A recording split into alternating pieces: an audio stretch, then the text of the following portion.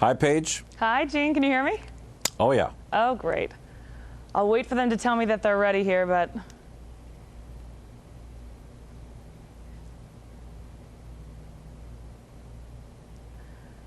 Okay, so I know Gene can hear me, so we'll go ahead and get started. Folks, we're talking to Gene Simmons today, who obviously needs no introduction, and we only have 5 minutes with him, so we will go ahead and get right to it. Hi, Gene. Thanks for talking with us. Thank you. So, Gene, my husband is was out of town last night, and I admittedly, rather pathetically, spent much of last night watching your complete season 2 of Gene Simmons' Family Jewels, and I have to say, I loved it. I came away from the night wanting to be friends and hang out with you and Shannon and Nick and Sophie. What's been the reaction from other people? What kind of feedback are you getting from the public? People can't figure out who and what Gene Simmons is because I lead my life my way. I've never been married, and yet, ironically enough, as a contradiction, I've been together with the same lovely girl, Shannon Tweed, for 25 years.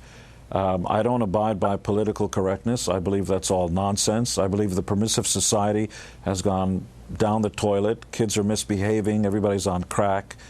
You know, my philosophy in life is I will pick my choices out of my menu of life. I've never been high or drunk in my life because that's my decision. I've never smoked.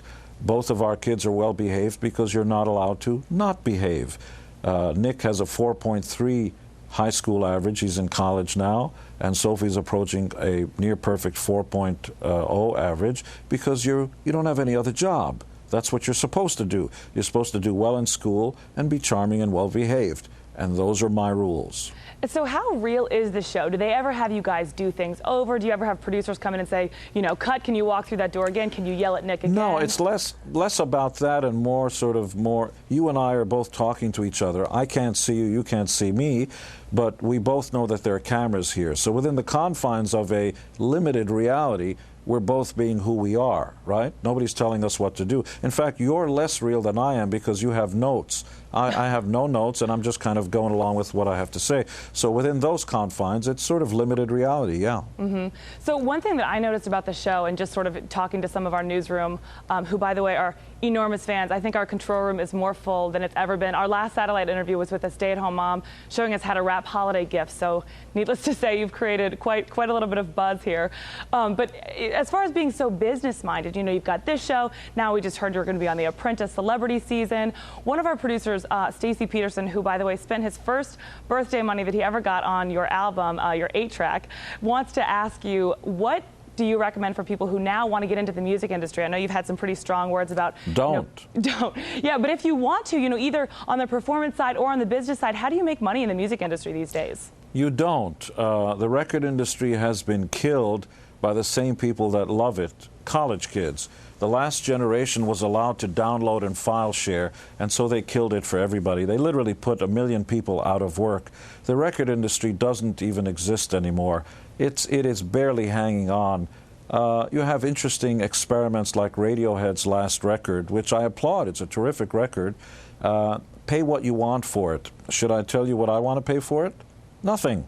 If you take a look at the numbers that came out, it's chaos out there. And that's because the record industry allowed for people to come in. You know, you can't be a farmer and be surprised there aren't any chickens and eggs left if you let the fox get into the hen house. You know, you're going, what happened? What happened? You let that happen. And the same people that love the music so much, the ones who file, share, and download, are the ones that killed it. So there are going to be no more Beatles and Rolling Stones and Elvises coming out. The next generation is not going to produce the next superstars because there's no record industry to support it. It's sad. It doesn't affect me. Kiss is going to be releasing its 6 times platinum shipping Kissology Volume 3. We're about to go to South America, Australia, Japan, do huge outdoor stadiums. Not going to affect me, but it's very sad that the next young band that has something to say when they're strumming that guitar in a garage in the middle of America someplace isn't going to get the same chance that I did. And the people that did that are the same people that wanted it. You did that. All right, one final question before we leave. One of our other producers is wondering, is Sophie single? Sophie is 15 years old, and if you tell me where you live, I'll come over and kill you now. All right, there you have it, guys. Gene Simmons, thank you so much for talking with us. Bye. Bye.